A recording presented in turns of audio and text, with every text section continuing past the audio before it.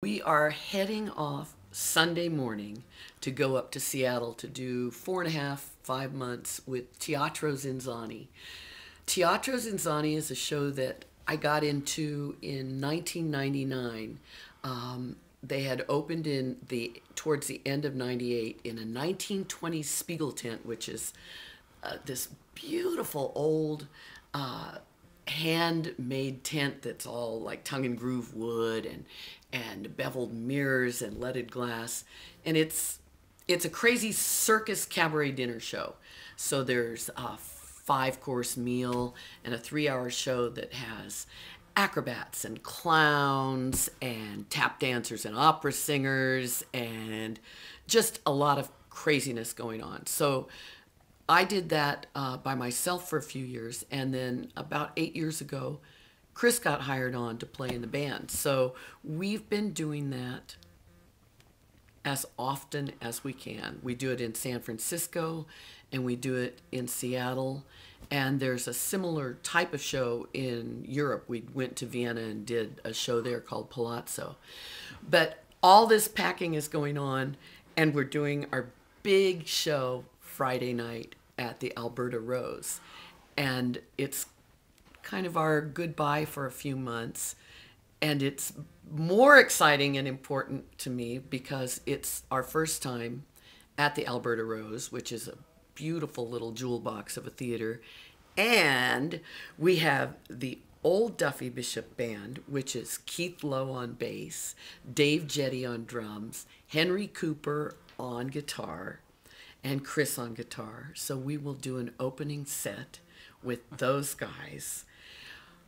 Have you been rehearsing? We did a show a few months back when that documentary came out that Brian Johnson did on me. We did a show up in Seattle with them, and I think all the time that we played together made it not so difficult. It was just one of those things. So we're hoping that it gels beautifully. They have the song list, and I'm sure they're rehearsing every day. What did you kick off with? What did we kick off with? I think we kicked off with Spell on You after Henry sang a song and Chris sang a song. So. And how did that feel? Great. It's great, you know. I've had such a long camaraderie with them. And of course, Keith and I go back to the Rhythm Dogs as well as Chris. And so it's kind of like we grew up together. We matured together. So looking at some old film that was in that documentary, there's a shot where both Keith and I, the fashion police weren't out that day because he's got like a bleach blonde shag and a tie-dyed suit, and I have this orange triple layer fountain hairdo and a really bad green tiered outfit on. I don't know. That was not a good era for clothes. I really don't think. The mid-'80s was kind of horrendous for clothing. But anyway, so after we do that set, then it will be the new band with Brad Ulrich on sax and John Goforth, who is on sax and was on one of our other bands that was the Palace of Culture. Dean Mueller on stand-up bass, Kelly Dunn on drums, and Chris on guitar. And we will do a set. And then we're going to do some songs with both bands. Whoa. I'm so excited. I'm so excited. Do you know what you're going to do? I do. Chris said I shouldn't tell anybody, but I will. Tell me one. Okay. Well, I'm going to tell you the cherry on the Sunday. We're going to do Whipping Post. Whoa. With the 2 drum sets, 2 basses, 2 guitars, and 2 horns. It'll be fun. Well, the Allman Brothers had 2 drummers, didn't they? Yeah, they did. Yeah. But I don't think saxophone was ever included. And we're keyboardless, so, you know. Are you going to be able to go out in the audience? Oh, yeah. I'm planning on it. I'm hoping so. That's just something that is kind of a staple. When did you start that? I mean, you're famous for it. Well, I used to carry around hundreds of feet of cord before cordless mics became so inexpensive. There was a fellow in Seattle that came to see me at a club where I was dragging cord out and about, and he was with a company that had just started these mics. I think they were called Matrix. At that time, the mic was, I don't know, $6,000, and he loaned me one. But why did you start to do it? Why did I go out in the crowd? Yeah. Because it's always made me feel more comfortable. Because I can connect with people one-on-one, and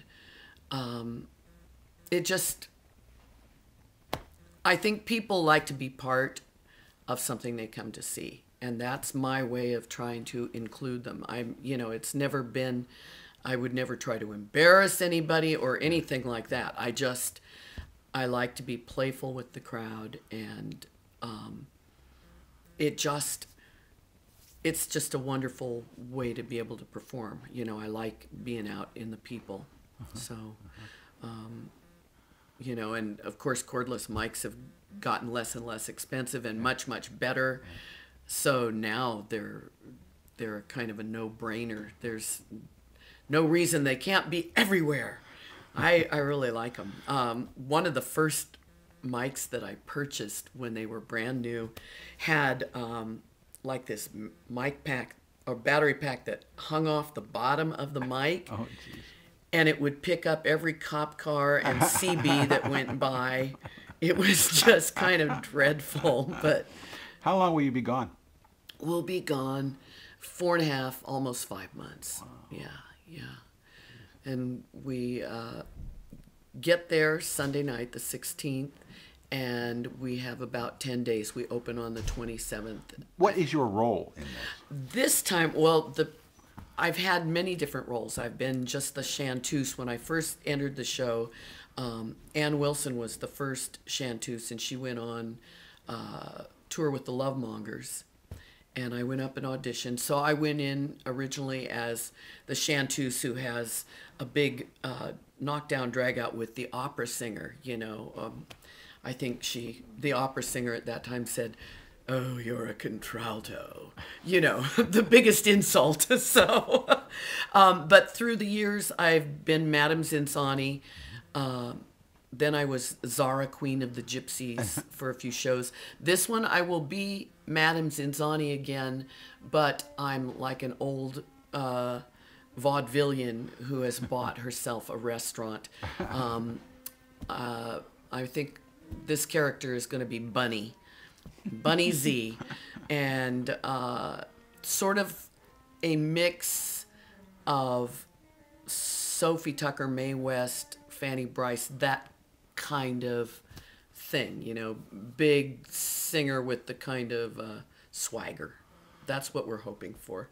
I'm hoping I do it okay, Well, I hope you miss us as much as we're going to miss you. I'm lonely already. I can't stand it. I mean, I love Portland. I really do.